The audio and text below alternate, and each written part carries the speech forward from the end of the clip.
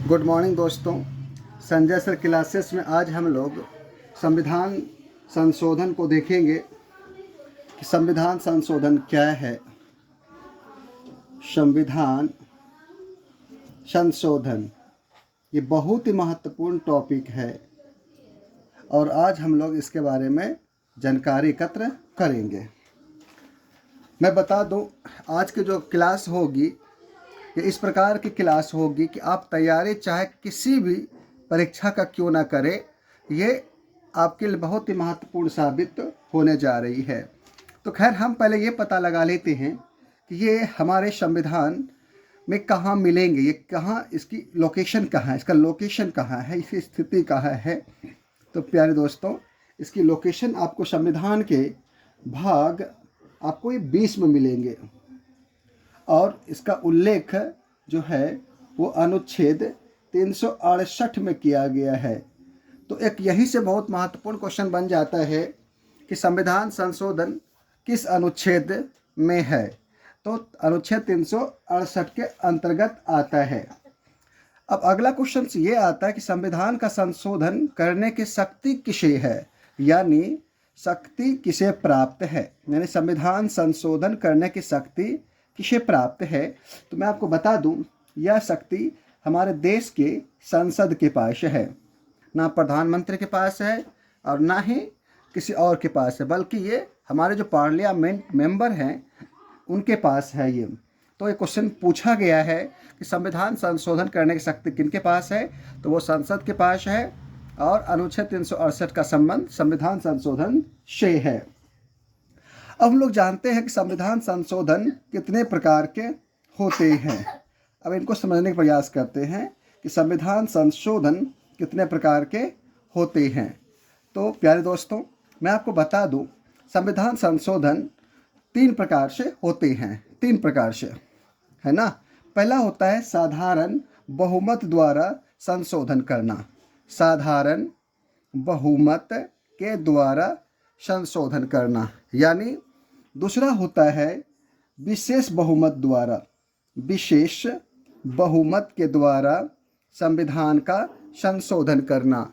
और तीसरा होता है विशेष बहुमत तो वहाँ चाहिए ही, विशेष बहुमत के अलावे आपको आधे राज्यों या आधे से अधिक राज्यों, आधे से अधिक राज्यों की सहमति या अनुमोदित वाला संशोधन। अब तीनों के बारे में हम लोग संक्षिप्त में जानेंगे, क्योंकि आज हमारा मुख्य जो टॉपिक है वो संविधान संशोधन से, जो मुख्य संविधान संशोधन अभी तक हुए हैं हमारे संविधान में, उनकी चर्चा करनी है दोस्तों। अब हम लोग आगे बढ़ते हैं। साधारण बहुमत का अर्थ हो गया कि आधे से ज़्यादा, आधे से ज़्यादा का अर्थ हो गया कि आधा, जितना मेंबर उपस्थित है संसद में उसमें से एक जोड़ देंगे तो वो हमारा साधारण बहुमत हो जाएगा। विशेष बहुमत क्या हो जाएगा कि 2/3 जितना सदस्य उपस्थित, यानी उपस्थित सदस्यों का 2/3 विशेष बहुमत कहलाता है। और विशेष बहुमत प्लस राज्य का मतलब है कि उपस्थित सदस्यों का 2/3 प्लस 50% से अधिक राज्यों की सहमति होनी चाहिए। तो ये 3 प्रकार के संविधान संशोधन होते हैं। हालांकि इस बात को ध्यान रखिएगा, जब कोई संशोधन साधारण बहुमत के द्वारा होता है तो उस संशोधन को अनुच्छेद 368 के तहत नहीं माना जाता है। ये बात ध्यान रखिएगा, यानी जो विषय वस्तु जो है 368 के तहत साधारण बहुमत के द्वारा होता है वो उनको नहीं माना गया है। 368 यानी संविधान संशोधन जो माना जाता है वो विशेष बहुमत और विशेष बहुमत प्लस राज्यों की सहमति वाला को ही 368 के तहत रखा गया, यानी संविधान संशोधन के द्वारा रखा गया है। ठीक है, तो अब हम लोग बात करते हैं विशेष करके कि विशेष बहुमत ये वाला कहाँ किया जाता है। देखिए, संविधान में आपको संशोधन करना है, ठीक है, तो उसके लिए हम लोग विशेष बहुमत का उपयोग करते हैं। सिंपल जो बहुमत है, साधारण बहुमत द्वारा मान लीजिए हमको राज्यों का गठन करना है, राज्यों का गठन करना है, या राज्यों के नामों में परिवर्तन करना है, राज्यों के नामों में परिवर्तन करना है, परिवर्तन है ना, बदलाव करना है ना, या नए राज्यों का निर्माण करना है, नए राज्यों का निर्माण करना है, ठीक है। और ये सारा काम जो है, या मान लीजिए कि हमको विधान परिषद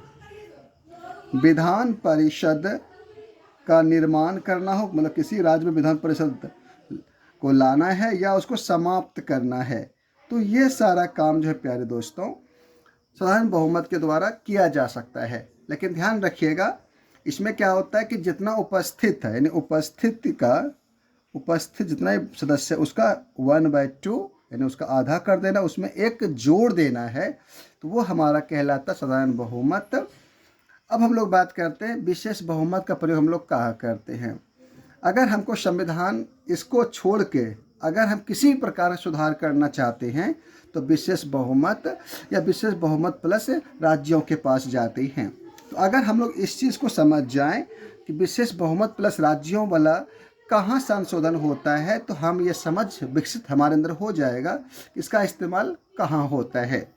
अब जरा इसको देखते हैं हम। ध्यान रखिएगा कि हमारे संविधान में जो है कुल मिला के 12 अनुसूची है ना, 12 अनुसूची है। और इन 12 अनुसूचियों में से एक अनुसूची है 7वीं अनुसूची। 7वीं अनुसूची यहाँ क्या किया गया है, यहाँ संघ एवं राज्यों के बीच शक्ति विभाजन की बात की गई है।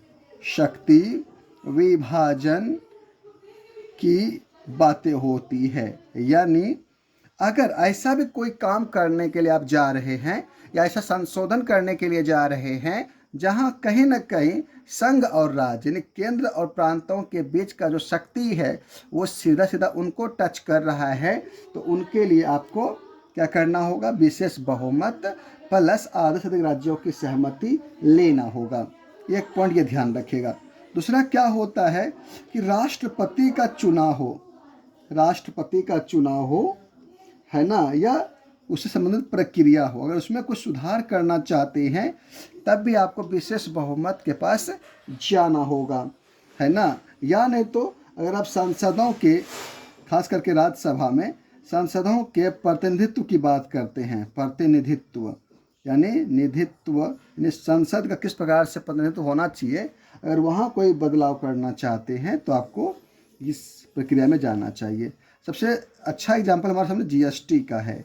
अगर आप ऐसा कोई कर लाना चाहते हैं जिसका प्रभाव सीधे राज्यों को प्रभावित होने वाला है, तो वो सब कुछ आपको इस प्रक्रिया के द्वारा आपको आना पड़ेगा, ठीक है। या नहीं तो अगर आप संघ की कार्यपालिका है, यानी कार्यपालिका है ना, या विधायिका, ऐसा कुछ मामलों को अगर आप सुधार करना चाहते हैं तो उन सभी मामलों के लिए आपको क्या करना होगा, इन सभी मामलों के लिए आपको इसका सहारा लेना पड़ेगा, ठीक है, इस तरीके से। तो खैर दोस्तों, अब हम लोग बात करेंगे जो अति महत्वपूर्ण है, हम लोग उसकी चर्चा करते हैं, यानी महत्वपूर्ण संविधान संशोधन की बात करते हैं। तो एक काम करते हैं, हम थोड़ा पेज को पलट लेते हैं, ठीक है, ताकि हम लोग यहाँ देख सकें। अब जरा इसको देखिएगा। संविधान संशोधन जो हमारा चैप्टर है वो मुख्य रूप से कि महत्वपूर्ण यानी महत्वपूर्ण जो संविधान संशोधन हुए हैं हम उनकी बातें करेंगे, ठीक है। अब जरा इसको देखते हैं, महत्वपूर्ण संविधान संशोधन क्या क्या हुए हैं, तो इनको समझिएगा। हम लोग आज से एग्जाम्पल लेते हैं दोस्तों कि आज क्या हो रही है, ठीक है। अब हम लोग को पता है कि इधर लेटेस्ट में प्रधानमंत्री मोदी जी के द्वारा क्या किया गया है कि एक संविधान संशोधन किया गया था, 2023 में हुआ था। इसको हम लोग 128 संविधान संशोधन कहेंगे, संविधान संशोधन विधेयक बोलेंगे, संशोधन विधेयक कहेंगे, विधेयक कहेंगे। तो हम लोग 121 संविधान संशोधन को देखेंगे दोस्तों। और देखिए ये विधेयक है, ठीक है। और आपको मैं बता दूं, एक विधेयक होता है, एक अधिनियम होता है, एक अधिनियम होता है, अधिनियम। तो इनको समझिएगा, है ना। तो अगर अब अधिनियम का मतलब हो गया कि वो संविधान से प्रस्ताव हो गया, राष्ट्रपति ने साइन कर दिया और वो देश में लागू हो गया। तो जो विधि देश में लागू हो जाता है तो उसको हम लोग अधिनियम में ले आते हैं। लेकिन जो संविधान में लाया गया लेकिन वो संविधान से पास नहीं हुआ तो उसको हम लोग विधेयक कहते हैं। इसको समझिएगा।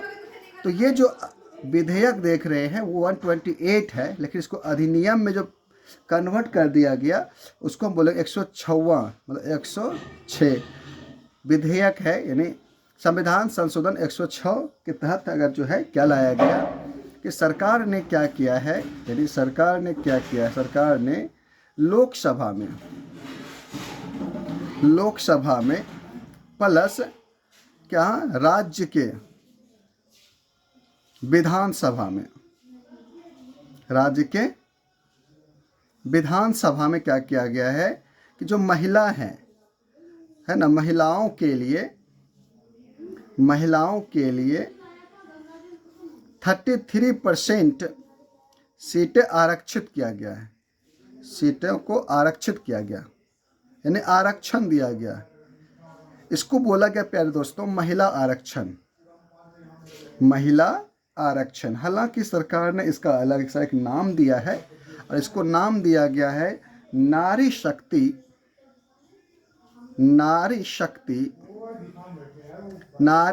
वंदन अधिनियम। ये अधिनियम तो ध्यान रखिए ये लेटेस्ट वाला है और काफ़ी महत्वपूर्ण है। तो यहाँ से क्वेश्चन हमको पूछ सकता है, तो इसको हम लोग ध्यान रखेंगे। अब हम लोग इसके अलावा आगे चलते हैं कि आगे कौन सा अधिनियम है। अगला अधिनियम जो हम लोग इसके बाद जस्ट अगर 127 के चलेंगे, है ना, 127वां संविधान संशोधन विधेयक, संविधान संशोधन विधेयक का मतलब समझ रहे हैं कि वो अभी सदन में है। सदन से वो पास हो जाएगा तो वो क्या बन जाएगा, अधिनियम बन जाएगा। और ये अधिनियम के रूप में कन्वर्ट आपका हो गया 104 में, ठीक है। तो 104वां विधेयक, ये संशोधन 104वां संशोधन, ये समझ रखिए, ध्यान रखिएगा। और ये जो हमारा है ये बहुत महत्वपूर्ण है कि SC और ST का जो आरक्षण है दोस्तों, SC ST का जो आरक्षण है उन्हें क्या किया गया है कि अगले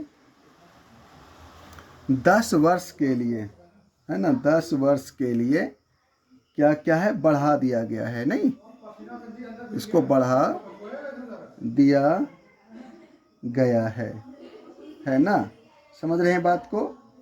SC ST को आगे बढ़ा दिया गया है, ठीक है। तो थोड़ा सा ध्यान रखिएगा, वो 127 नहीं होगा, ये 126 हो जाएगा। तो इसको सुधार कर लीजिएगा आप लोग, 126 हो जाएगा, यानी बढ़ा दिया गया है। अब यहाँ से एक बात सामने आती है कि SC ST को आरक्षण जो था 10 वर्षों के लिए तो बढ़ा तो दिया गया ही, और दूसरा काम दोस्तों यहाँ पे ये कर दिया गया, 104 के तहत ही किया गया था, जो एंग्लो इंडियन था, नहीं है ना, यानी एंग्लो इंडियन, यानी जो अंग्रेज जो भारत में रह गए उसको एंग्लो इंडियन कहा गया। एंग्लो इंडियन को जो आरक्षण था, यानी लोकसभा में जो कि आरक्षण था, और प्लस विधानसभा में आरक्षण था। और आरक्षण कितना था दोस्तों, आरक्षण था लोकसभा में 2 और राज्य के विधानसभा में 1 था। और ये इनको समाप्त कर, सरकार इसको समाप्त कर देती है, और यहाँ भी समाप्त कर दिया गया। समझ रहे हैं बात को। अगर हम उसको जाने कि इसको आरक्षण दिया गया कहाँ से था, तो ध्यान रखिएगा ये आरक्षण इनको दिया गया था आर्टिकल 331 के द्वारा, और ये आरक्षण दिया गया था इनको आर्टिकल 333 के द्वारा। समझ रहे हैं। और यहाँ जो देख रहे हैं SC ST को जो आरक्षण मिला है, जो अगले 10 वर्ष के लिए इनको ये आरक्षण मिलता है दोस्तों आर्टिकल 334 के लिए। ठीक है, समझ में आ रही है बातें? तो इस चीज़ को ध्यान रखिएगा, यानी ये आर्टिकल के तहत उसको आरक्षण दिया जाता है। हालांकि इनको जो आरक्षण मिला है SC ST को, ये आरक्षण मिला SC ST को आर्टिकल 330 के द्वारा। अब ध्यान रखिएगा, SC ST को जो आरक्षण मिलता है बेटा वो 330 के द्वारा मिलता है, लेकिन आर्टिकल 334 के द्वारा क्या होता है कि आरक्षण को समय समय पे सरकार बढ़ाती है। जब तक यह वर्ग SC ST वर्ग मजबूत ना हो जाए तब तक सरकार इसको बढ़ाने का काम जारी रखता है। अभी तक कुल 80 वर्ष बढ़ाया जा चुका है ये आरक्षण का दायरा को। ठीक है, तो ये बहुत ही इम्पोर्टेंट है, इसको हम लोग ध्यान रखेंगे। अब इसके बाद हम लोग थोड़ा सा आगे बढ़ते हैं। ठीक है, अब हम लोग चलते हैं। मैंने चूँकि 126 चला गया था तो मैंने 127 मैंने छोड़ दिया हूँ, तो मेरा उसको देखता हूँ कि 127 संविधान ये विधेयक है ना। ये विधेयक मतलब वो अभी वो संविधान से जब पारित हो जाए वो अधिनियम हो जाएगा। ठीक है, जिसको हम लोग बोलेंगे 105वां अधिनियम। मतलब ये अधिनियम मतलब कि वो देश में लागू हो गया।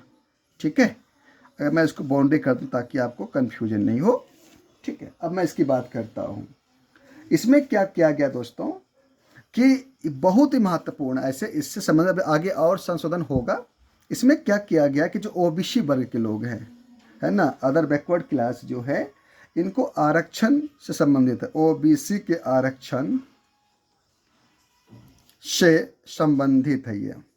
मतलब इसका मतलब क्या हुआ? संबंधित का मतलब है कि अभी तक जो है OBC कैटेगरी में कौन रहेगा इसका निर्णय केंद्र करता था, लेकिन इस संशोधन के साथ अब ये तय हो गया कि OBC कैटेगरी को तय करना, यानी कौन OBC रहेगा, कौन OBC सूची में जाएगा, यह तय जो करेगा वो राज्य सरकार करेगा। ठीक है, यानी OBC है ना सूची का निर्धारण, OBC सूची का निर्धारण अब कौन करेगा? ये राज्य सरकार कर सकेगा, राज्य सरकार करेगा कि राज्य सरकार करेगा। यानी इसका मतलब ये है कि कौन OBC ग्रुप में जाना चाहिए, किसे आरक्षण मिलना चाहिए, इसका निर्धारण कौन करेंगे? इसका निर्धारण करेंगे, आपको पता ही है कि राज्य सरकार करेंगे। ठीक है, अब हम लोग बात थोड़ा सा कर लेते हैं इसके बाद के संशोधन के बारे में बात कर लेते हैं। ये काफ़ी महत्वपूर्ण संशोधन है और ये इसको एग्जाम में हम लोग को याद रखना जरूरी है। अब हम लोग पढ़ते हैं 125 यानी 125वां संविधान संशोधन विधेयक, और ये आपका अधिनियम में गिनती आपका आ जाएगा 103 में।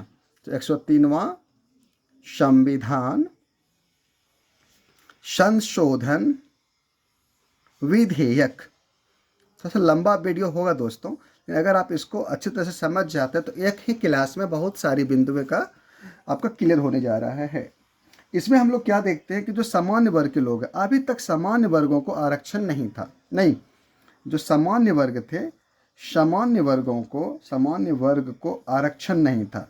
आरक्षण का मतलब क्या होता है कि दो जगह, एक नौकरी में यानी सर्विस में, और एक होता है एजुकेशन में, यानी यहाँ इसको आरक्षण नहीं था। लेकिन इस अमेंडमेंट के द्वारा क्या किया गया कि सामान्य वर्ग, खास करके ऐसे वर्ग जो कि बहुत ही कमज़ोर हो, यानी EWS श्रेणी में आ रहे हो, यानी economic weaker section, EWS category, यानी जो सामान्य वर्ग के हैं वो काफ़ी गरीब हैं, वो पिछड़े हुए हैं, ऐसे लोगों के लिए सरकार ने क्या किया है कि 10% आरक्षण देने का घोषणा किया है ना, उनको 10% आरक्षण मिलेगा। इसको हम लोग थोड़ा समझेंगे, अब बड़े इसको ध्यान में रखेंगे, ये बहुत ही इम्पोर्टेंट है। ठीक है, अब हम लोग थोड़ा सा बात करेंगे इसके बाद, थोड़ा सा देख लीजिएगा आप लोग। अब हम लोग आगे चलेंगे, ये भी काफ़ी महत्वपूर्ण संशोधन है। अब हम लोग 125 विधेयक अब नहीं लिखते हम लोग, अब हम लोग सीधा अधिनियम पे आते हैं, है ना, अधिनियम ही लिखते हैं, चूँकि एग्जाम में इससे क्वेश्चन आना है, इससे नहीं आना है, ठीक है। अब हम लोग बात करते हैं 102वां संशोधन अधिनियम। ये संशोधन विधेयक या अधिनियम लिखिए, अधिनियम। देखिए ये क्या कहता है, समझिएगा।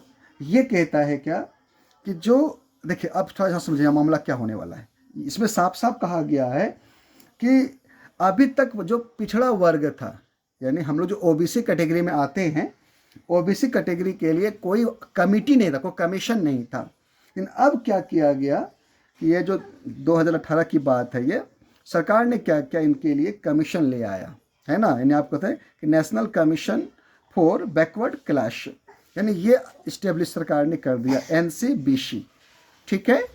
अर्थात इसका मतलब हो गया कि राष्ट्रीय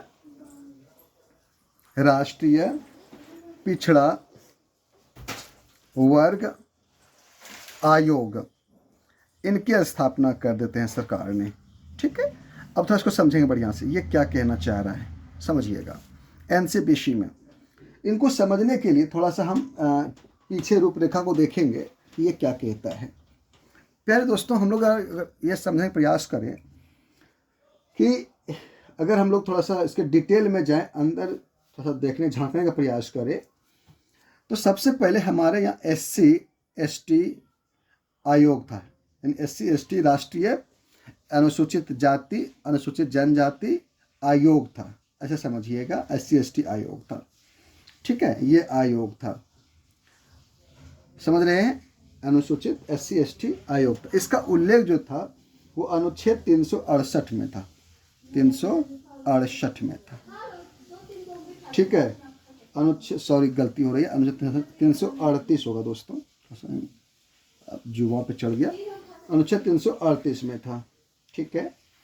लेकिन बाद में क्या हुआ कि सरकार के द्वारा 89वां संशोधन करके क्या करते हैं इसी में कि SC/ST में से इनको अलग कर देते हैं, यानी अनुसूचित जनजाति को अलग कर देते हैं। यानी 89वां के बाद क्या हो गया कि दो हो गए, SC आयोग हो गया और ST आयोग हो गया, ST आयोग, समझ रहे हैं दोस्तों। इनका उल्लेख कहाँ है, अनुच्छेद 338 में, ठीक है। इनका उल्लेख कहाँ है, अनुच्छेद 338 के A में, ठीक है। तो सरकार ने क्या किया है कि इसके अलावा यहाँ पर इसी वर्ग में, यानी अगर आप पूछेंगे सर इसका उल्लेख कहाँ है, तो इसका उल्लेख हमारे संविधान के भाग 16 में है, समझ रहे हैं, भाग 16 में है। तो भाग 16 में क्या किया गया, एक और जोड़ दिया गया, यानी राष्ट्रीय पिछड़ा वर्ग आयोग का गठन कर दिया और इसको अनुच्छेद दिया गया 338 का B, 338 B दिया गया। तो इसको हम लोग अच्छे ढंग से समझेंगे कि ये क्या कहना चाह रहा है। तो सीधा सीधा सारांश ये है कि संविधान संशोधन अधिनियम 102 के द्वारा क्या किया गया है कि देश में राष्ट्रीय पिछड़ा वर्ग आयोग का गठन किया गया, और इनसे पहले क्या किया गया था, आप देख रहे हैं कि 89वां अमेंडमेंट के द्वारा जो है पहले SC/ST आयोग से तोड़ करके SC आयोग और ST आयोग बनाया गया था, है ना। वो नेशनल लेवल पे हुआ था। इसकी अगर आप तारीख को याद करना चाहेंगे तो ये शायद 2003 की बात है, ठीक है, ऐसा काम हुआ था। तो अब हम लोग थोड़ा सा आगे और देखने का प्रयास करेंगे। आगे के पेज को हम लोग थोड़ा साइड करते हैं और देखते हैं। यहाँ देखिएगा, अब हम लोग दोस्तों बात करते हैं 100वां संशोधन। उससे पहले 101 देख लेते हैं, थोड़ा देखिएगा ध्यान से। अब इसका पार्ट 2 है, पार्ट 2 देख लीजिए, यानी संविधान महत्वपूर्ण संविधान संशोधन। थोड़ा ये बड़ा क्लास ज़रूर होगा, लेकिन एक क्लास में लगभग सारे कंसेप्ट आपका इसी में आ जाएंगे। खैर, अभी तक हम लोगों ने 102 तक देखा था। अब हम लोग देखते हैं 101, यानी 101वां संशोधन। इसमें देखिए क्या होता है, ये अति महत्वपूर्ण है। इसमें उल्लेख किया गया है GST का, समझ रहे हैं, और ये 2016 में आता है, आप जान ही रहे हैं। और GST क्या है, वस्तु और सेवा कर है नहीं, सेवा कर, यानी इसमें क्या किया गया था, जो भी अप्रत्यक्ष कर था उन सबको मिला करके जीएसटी बना दिया गया था। ठीक है। हाँ, अब हम लोग बात करते हैं जिसके बाद जो और भी एक महत्वपूर्ण हो जाता है, एक होता है 100वां संविधान संशोधन। संविधान संशोधन, इसमें क्या देखेंगे, इसमें जो भारत और बांग्लादेश के बीच जो सीमा विवाद था उनका समाधान होता है। तो लिखेंगे भारत एवं बांग्लादेश के बीच जो सीमा समझौता हुआ था, यानी बहुत सारे कुछ गांव ऐसे थे जो बांग्लादेश में थे लेकिन वहाँ भारतीय आबादी रह रहे थे, नहीं हिंदुओं की संख्या थी, बहुल थी। कुछ ऐसे गांव थे जिसमें कि मुसलमानों की आबादी अधिक थी। तो इस प्रकार से बंटवारा किया गया कि ऐसा हो ना सके कि आराम से ज़मीन का अदला बदला किया गया, तो इस अधिनियम के द्वारा किया गया था। ठीक है। अब हम लोग थोड़ा सा और आगे बढ़ते हैं, हम लोग बात करते हैं दोस्तों यहाँ पे, तो मैं नीचे मैं यहाँ पे इंडिकेट करना चाह रहा हूँ, और वो हमारा अधिनियम है 97वां 97वें संविधान संशोधन। ये बहुत महत्वपूर्ण है। इसमें क्या किया गया था, इसमें सहकारी समिति का गठन किया गया था। सहकारी समिति, जो कमिटी कोऑपरेटिव बैंक वगैरह बोलते हैं, उसको संविधान में डाला गया था। ठीक है। अब यहाँ से कुछ प्रश्न आता है कि सहकारी समिति हमारे संविधान के किस भाग में है। ध्यान रखिएगा, ये हमारे संविधान के भाग 9B में है। तो यहाँ पर से एक प्रश्न और सामने आता है कि जो इसे 9 की बात हो गई तो हम लोगों को तुरंत ध्यान में आ जाता है पंचायती राज व्यवस्था। तो इससे हम लोग ये भी ध्यान रखेंगे थोड़ा सा कि भाग 9 में है ना, किसका उल्लेख किया गया, पंचायती राज का, पंचायती राज का। और अगर हम लोग बात और ध्यान रखेंगे भाग 9 के ए में तो नगर पालिका, इनका उल्लेख किया गया है। ठीक है।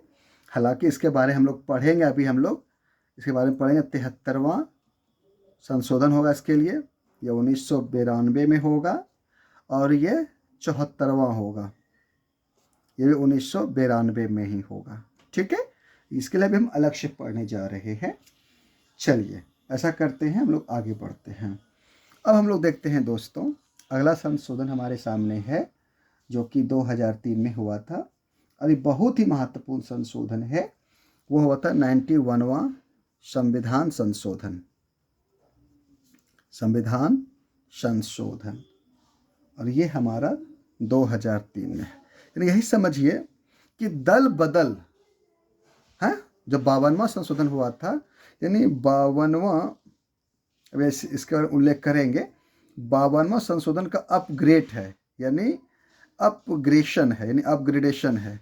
आप ये समझिए, आप ऐसे समझ सकते हैं इसके अंदर में कि 52वां संशोधन में क्या था संविधान में, कि अगर कोई दल का सदस्य, दल के सदस्य जो हैं, अगर 1/3 अगर अपने दल को छोड़ता है तो उसका मेंबरशिप नहीं जाएगा।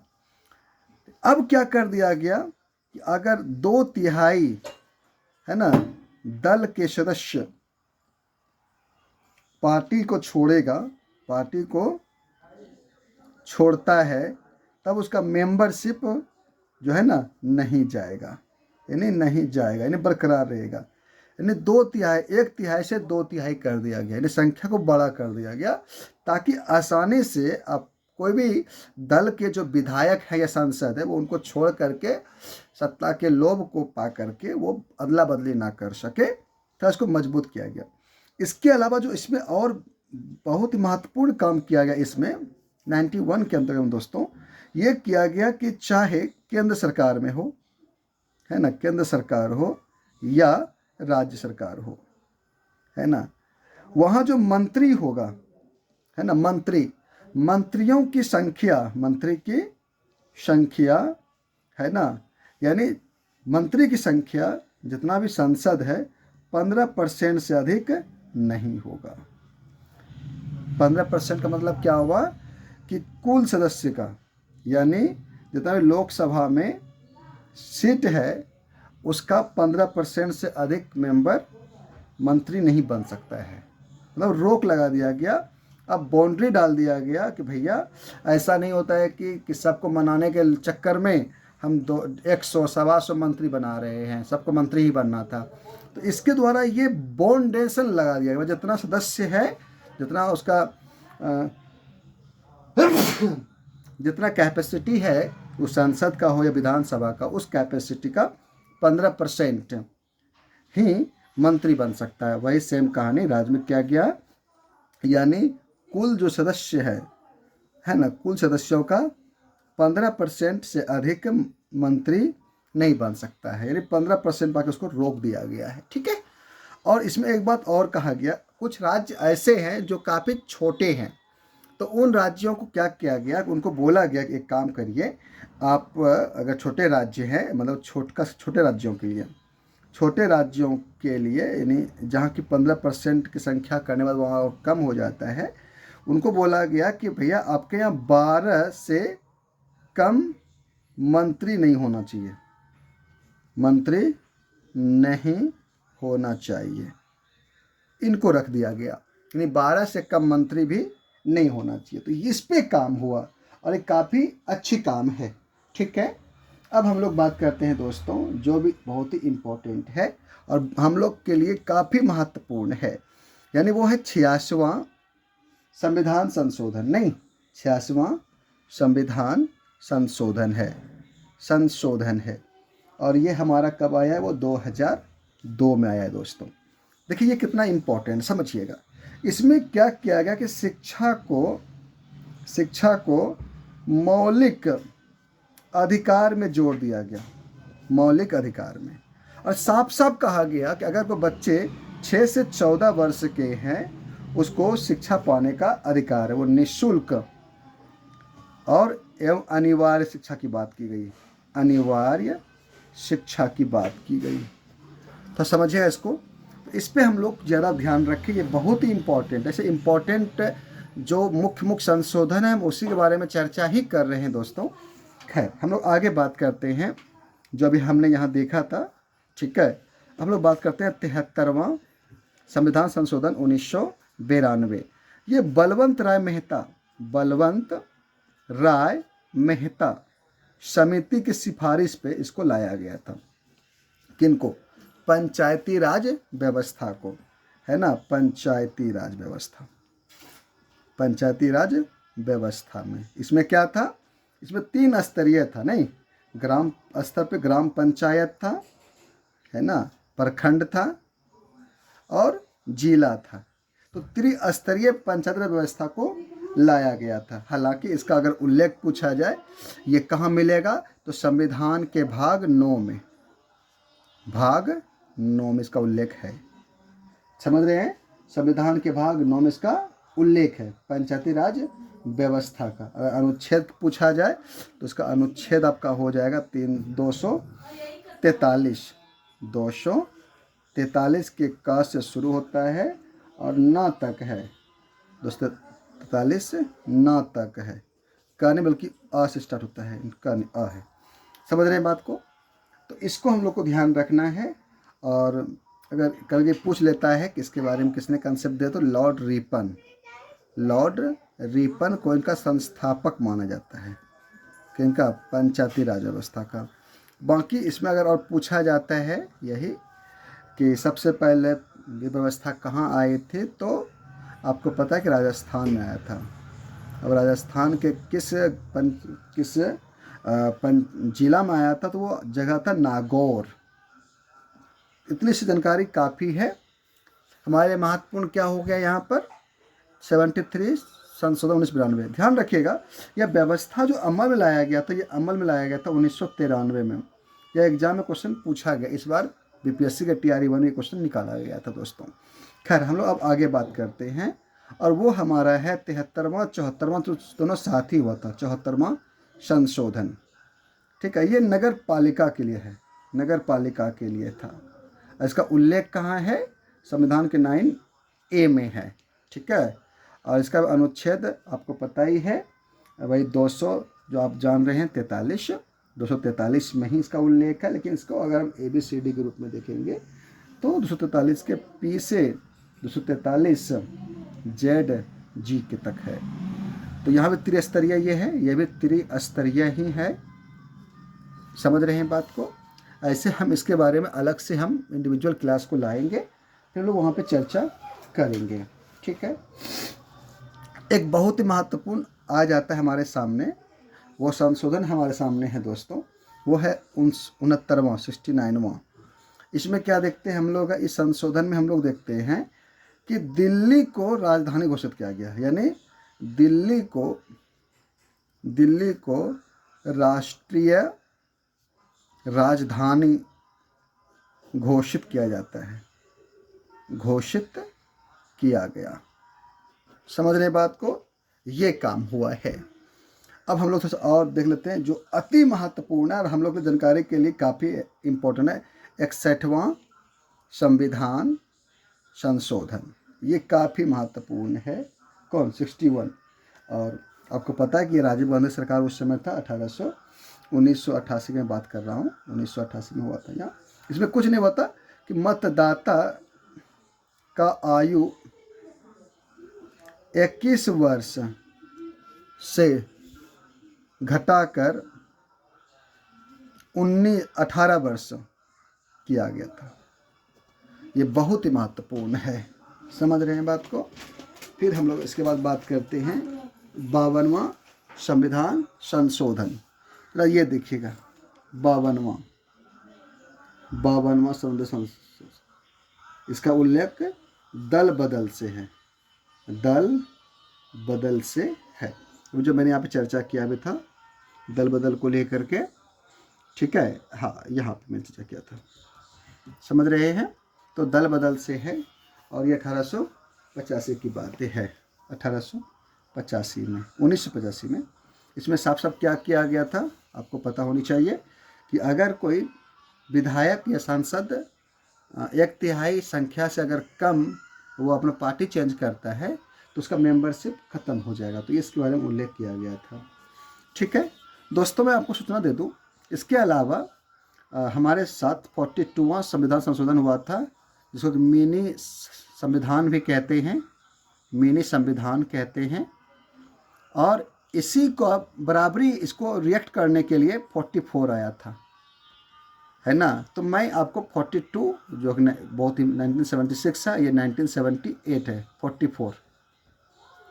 तो मैं बता दूं आपको कि 42वां संविधान संशोधन जो है ये 1976 में है और 44वां संविधान संशोधन जो है ये 1978 में है। हम इन दोनों के लिए मैं एक अलग सेपरेट क्लास लाऊंगा।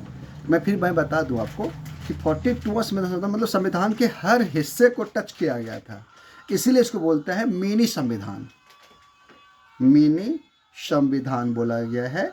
और इनके रिएक्शन, चूँकि इंदिरा गांधी के समय में हुआ था, ये इंदिरा गांधी के समय में ये हुआ था, और ये इसमें कांग्रेस पार्टी था, और ये जनता पार्टी के समय में ये हुआ था, जनता पार्टी के समय। तो ये सारा सुधार इसमें किया गया है, समझ रहे हैं। तो इसके लिए मैं अलग से सेपरेट में क्लास लाऊंगा, क्योंकि बहुत बड़ा ये टॉपिक है और एग्ज़ाम के दृष्टिकोण के साथ साथ आप अगर कहीं भी पढ़ते होंगे तो 42 44 साथ साथ चलता है, क्योंकि दोनों ये एक्शन तो ये रिएक्शन है, इस प्रकार से यहाँ पे काम होता है। तो धन्यवाद दोस्तों, आज हम इतना ही रखेंगे। और बाकी मैं बता दूं एक जो महत्वपूर्ण है, मैं थोड़ा सा और देख लेता हूँ। पहला संविधान संशोधन, जो पहला मैंने छोड़ ही दिया था, पहला संविधान संशोधन ये 1951 में हुआ था। इसमें क्या हुआ था 51 में कि हमारे संविधान कुल जो है अभी वर्तमान में 12 अनुसूची है, लेकिन पहला 9वीं अनुसूची को जोड़ा गया था, ठीक है। इसके अलावा अनुच्छेद 31 का ए और 31 का बी को जोड़ा गया था। तो इसके बारे में जब मौलिक अधिकार को पढ़ेंगे तो वहाँ हम इसकी चर्चा करेंगे। लेकिन ध्यान रखें, पहला संविधान संशोधन द्वारा क्या किया गया था, 9वीं अनुसूची को जोड़ा गया था, 1951 में हुआ था ये। तो आज हम लोग इतना ही रहने देते हैं, क्योंकि काफ़ी लंबा वीडियो हो चुका है, लंबा क्लास हो चुका है। तब तक के लिए धन्यवाद। आप पढ़िए लिखिए, स्वस्थ रहिए, खुश रहिए। धन्यवाद।